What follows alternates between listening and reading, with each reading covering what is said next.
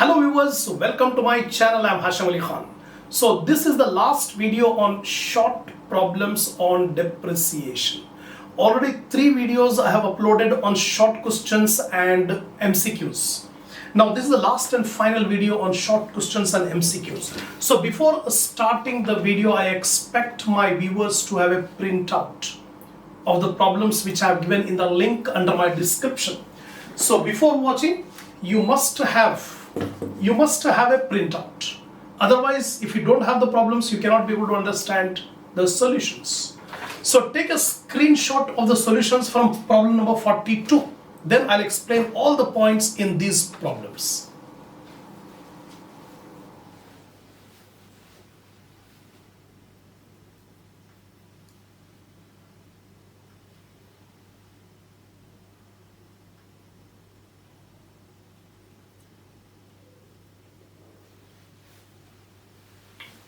Come, see the 42. Problem number 42. Name the financial statement in which the provision for depreciation appears. State in which section it appears. See, financial statements consist of income statement and statement of financial position. These two combined together constitutes financial statements. Now it is asking you, in which financial statement provision for depreciation will be shown. So remember, provision for depreciation will be shown in statement of financial position. Statement of financial position. In which section it will be shown? It will be shown under non-current assets section. Because in statement of financial position we have non-current assets and current assets. So this provision for depreciation will be shown under non-current assets. So here is the solution. Statement of financial position and non-current assets. That's it. This is the 42nd problem. Now 43. State how providing depreciation is an application of the accounting principle of accrual matching. While calculating depreciation, we apply the accounting principle. That accounting principle is matching principle or accrual principle. Both mean same. So why this accounting principle will be applied? According to matching principle or according to accrual accounting concept, the current year revenue should be matched with current year costs. And depreciation is one of the cost, non-cash cost. Cash is not involved, but it is a cost. The cost of the asset is spread over the life of the asset. Suppose if the cost of the asset is, let it be 10,000 and the life of the asset is 10 years. So we spread 10,000 rupees on 10 years so that every year a part of the cost should be absorbed. So that is the reason why we apply depreciation. So according to accrual concept, revenue should be matched with cost during the accounting period. The cost of the non-current asset and the revenue arising from it are matched in an accounting period. In any accounting period, the revenue should be matched with the cost. And depreciation is one of the cost. Then the cost of non-current asset is spread over its useful life. Whatever cost we are incurring on purchasing the non-current asset, that cost we are spreading throughout the useful life of the asset. That is the reason why we apply depreciation. 43rd completed. Now 44. State the type of asset for which revaluation method of depreciation is suitable. See here, there are different methods of calculating depreciation like straight line method, reducing balance method, revaluation method. So when the revaluation method will be applied, if the value of the assets are small, if small value assets are there, then it is better to apply revaluation method. Straight line method or reducing balance method will not be applied if the cost of the asset is very less. So normally, which are the assets? Example, loose tools. The value of loose tools are small. So on loose tools, we will not apply straight line, we will not apply reducing balance, we apply revaluation method. These are the points you have to remember. In examination, we don't know which type of question will be asked. So if you with full concentration, if you watch the video, then all these points you can be able to remember. And then examination without any difficulty, without any doubt, you can write with confidence. Next, 45. Problem number 45. A trader provided the following information about non-current asset. So what is the information? Cost is 12,000. Accumulated depreciation at start of the year is 1800. Method of depreciation, reducing balance at 15% per annum. What was the accumulated depreciation at the end of the year? Accumulated means total depreciation. The beginning of the year depreciation was 1800. Now method of depreciation is reducing balance, RBM, 15%. So how to calculate the accumulated depreciation at the end of the year? Now see carefully. First of all, I am taking cost of the asset 12,000 given in the problem. From the 12,000, we deduct the accumulated depreciation at the start of the year. At the beginning of the year, accumulated depreciation 1800. Deduct. So carrying value will be 10,200. 12,000 minus 1800. 10,200 is the carrying value. On this carrying value, we calculate depreciation because we are following reducing balance method. RBM. So 10,200 into 15 by 100, 15%, it comes to 1,530. So current year's depreciation is 1,530. But it is asking you what is the total depreciation, accumulated depreciation. So how much is the depreciation at the start of the year?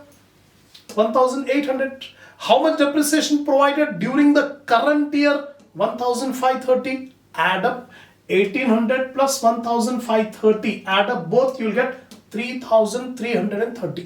This is the total accumulated depreciation at the end of the year. That's it. Next, 46th problem. What is the effect of providing depreciation? 4 options are given. MCQ. Out of 4 options, 1 option is correct. Why we provide? What is the effect of providing depreciation? 4 answers. First one, it increases profit. By charging depreciation, your profit will increase. No, never. It's an expense. As we charge expenses, the profit will come down, not increase. The first point you remember, by charging depreciation, your profit is going to decrease, not increase. The first option, it says profit increases. No, sorry. Second one, B, it reduces profit. Yes, of course. B is the right answer. It reduces profit. By charging depreciation, the profit will get reduced. Third option, it extends the life of non-current asset. No. By charging the depreciation, will the life of the non-current asset increases? Never. Then it increases the cash balance. How cash balance will increase? By charging depreciation, how the cash balance will increase? No way at all. So the correct option or answer is it decreases the profit. That's it. Now 47th problem. Plant and machinery costing 40,000, depreciation is charged at 20% per annum and reducing balance. What is the depreciation charge for the second year of ownership? Second year depreciation we have to calculate. What is the cost of the machine? 40,000. Depreciation 20%, reducing balance. So see here. Cost of the plant 40,000. Depreciation for first year. The first year depreciation 40,000 into 20 by 100, 8,000. This is the first year debt. Deduct 32,000. Now second year debt. Depreciation for year 2. 32,000 into 20 by 100 because we are following RBM, reducing balance method. So 6,400. Deduct 25,600. It is asking you what is the depreciation for the second year of ownership. It is not asking you accumulated depreciation. If it is asking you accumulated depreciation, we would have added 8,000 plus 6,400, 14,400. If it is asking accumulated, but it is not asking accumulated, what is the depreciation for the second year? Only second year it is saying. So second year depreciation is 6,400. The answer is A. That is $6,400. That's it. 47th completed. Now 48th. It is again MCQ. Listen carefully and decide which option is right. A trader uses the reducing balance method of debt. What effect will this have over the life of the non-current asset? When depreciation is charged on reducing balance method, what effect will this have over the life of the non-current asset? Four options are given. First option, depreciation charged evenly over the years. Evenly means uniformly. Same amount of depreciation is there every year. Absolutely wrong. In straight line method, the amount of depreciation remains same. But here it is not straight line. It is reducing balance method. It is following reducing balance method. So depreciation will not be same. The first option is incorrect. Second option, more depreciation charged in the earlier years. Right. In RBM, reducing balance method, depreciation will be more in the earlier years and less in the later years. Beginning years, more depreciation, later years, less depreciation. Already I told you, the depreciation will decrease every year. First year 10,000 debt, second year 9,000 debt, third year 8,000 debt. Like this decrease. The second option is correct. What is the second option? More depreciation charged in the earlier years. This is the right answer. What is the third answer? It is saying more depreciation charged in later years. No, sorry. In later years, less depreciation is there. Last one, the non-current asset being revalued each year. No. In revaluation method, it will be revalued. But in reducing balance method, it will not be revalued. So out of these four options, second BBT is correct. That is, more depreciation is charged in the earlier years. That's it. 49th problem. Rashid provided the following information at 31st December. Machinery at cost 52,000. Provision for depreciation of machinery 23,000. Depreciation for the year is calculated at 20% on cost. After the statement of financial position was prepared, it was found that machinery repairs costing 2,000 had been debited to machinery account. What is the correct balance of the provision for depreciation of machinery account? See here. Already depreciation was provided. The total depreciation was given 23,000 provision for depreciation. 20% is the rate on RBM, reducing balance method. Now by mistake, 2,000 rupees machinery repair was charged to machinery account. By mistake. Actually, machinery repair should not be added to machinery account. Machinery repair should be taken under expenses in income statement. But by mistake, the accountant has charged machinery repairs to machinery account. When it is charged to machinery account, then the cost will increase. Depreciation will also increase. Now we have to reduce. We have to reduce the depreciation. So here, provision for debt on machinery as given. 23,000 is the total provision for depreciation for machinery that is given. Now minus depreciation provided wrongly on repairs of the machinery. By mistake, 2,000 repairs were added to machinery account and we have provided depreciation also. So now we remove. Now we remove the depreciation on repairs. So 2,000 into 20 by 100, 400. 400 rupees is the depreciation on repairs. We should remove it. So correct provision for depreciation is 22,600. So the correct balance on the provision for depreciation is 22,600. Answer is B. 22,600. That's it. Now 50. Problem number 50. Zach has depreciated his machinery at the rate of 20% per annum on the using straight line method, SLM. Zach is the sole trader. He is providing depreciation at the rate of 20% on SLM, straight line method. Every year same. At December 31st December 2018, the statement of financial position included machinery at cost 30,000, depreciation to date 12,000, then carrying value of the machinery is 18,000. This is the figure at 31st December 2018. On 31st December 2019, Zach was considering calculating the annual debt 20% per annum on net book value of machinery. Net book value means RBM, reducing balance method. Earlier, Zach was following SLM. Now, current year, 31st December 2019, Zach is proposing, he is intending to change the method of debt from straight line method to reducing balance method. He wants to change it. So, if it is changed, then 20% of 18,000 will be calculated. 18,000 into 20 by 100, you will get 3,600. So, if the method is changed, then depreciation is 3,600. If the depreciation method is not changed, then 20% of 30,000. 30,000 into 20% is 6,000. So, according to SLM, 6,000.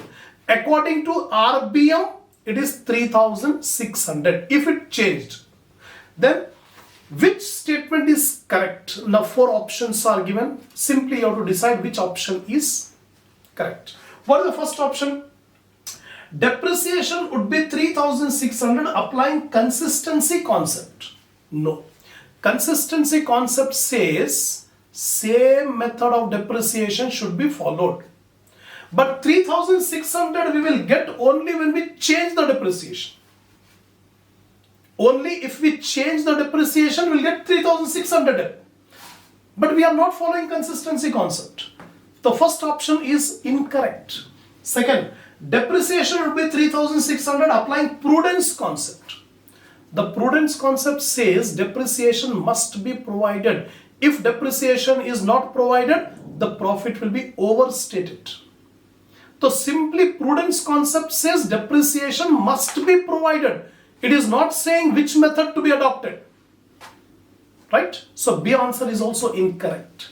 C. Depreciation would be 6,000 applying consistency concept. This is absolutely right. So we suggest to Zach that we should consistently apply the same method of debt every year. Earlier we are following SLM, now also we should follow SLM only. So according to SLM, 20% of 30,000, it comes to 6,000. So 6,000 debt should be followed according to consistency concept. So this C bit is right. Then last debate, depreciation will be 6,000 applying prudence concept. Actually prudence concept will not be applied. Here change of method is there. That is the problem. So ultimately answer is C. Depreciation would be 6,000 applying the consistency concept. That's it. Next, 51. Question number 51. A business buys a machine 20,000, its useful life 5 years and the residual value 5,000. What is the annual depreciation charge using the straight line method? It's very simple. What is the annual depreciation according to SLM? So we have the formula, cost of the asset minus scrap value divided by estimated useful life. Here cost of the asset is given 20,000. 20,000 is the cost of the asset. Scrap value at the end of its life is 5,000. So minus 5,000. Divided by what is the life? How many years is the life? 5 years. Divided by 5. So 3,000. Got the answer? B point. B answer is right. $3,000 is the annual debt according to SLM. Next, 52. A computer system costing 1 lakh is bought on 31st December 2000. It is depreciated by reducing balance method at 20% per annum. What is the depreciation charge for the year 31st December 2002? So actually purchased on 31st December 2000, and we have to find out what is the depreciation for the year ended 31st December 2002. So here you can see cost on 31st December 2000. It was purchased on 31st December 2000 for 1 lakh. First year will end on 31st December 2001. 1 year will be over. So depreciation up to 31st December 2001. 1 lakh into 20 by 100. 20,000 is the debt for the first year. Deduct 80,000. Now second year, 31st December 2002. So depreciation up to 31st December 2002. 80,000 into 20 by 100. 16,000. Deduct 16,000. 64,000. That's it. Simply it is asking you what is the depreciation for the year ended 31st December 2002. And we got 31st December 2002. Depreciation is 16,000. So answer is A. 16,000. Last and final question. Short questions. The last and final. 53. Why is depreciation entered in the income statement? Why depreciation will be charged to the income statement? Now 4 options are given. What are the 4 options? First option, to provide cash to replace assets when they are worn out. Is it the objective of providing depreciation to income statement? No. Second, to show the assets in the statement of financial position. It is not the answer. It is saying that to show the asset in the financial statement, financial position. So definitely will show it. Then third, to show when the assets need to be replaced. No. Last one, to spread the cost of the asset over their useful life. Absolutely right. The ultimate objective why depreciation is charged is to spread the cost of the non-current asset over its useful life, throughout its useful life.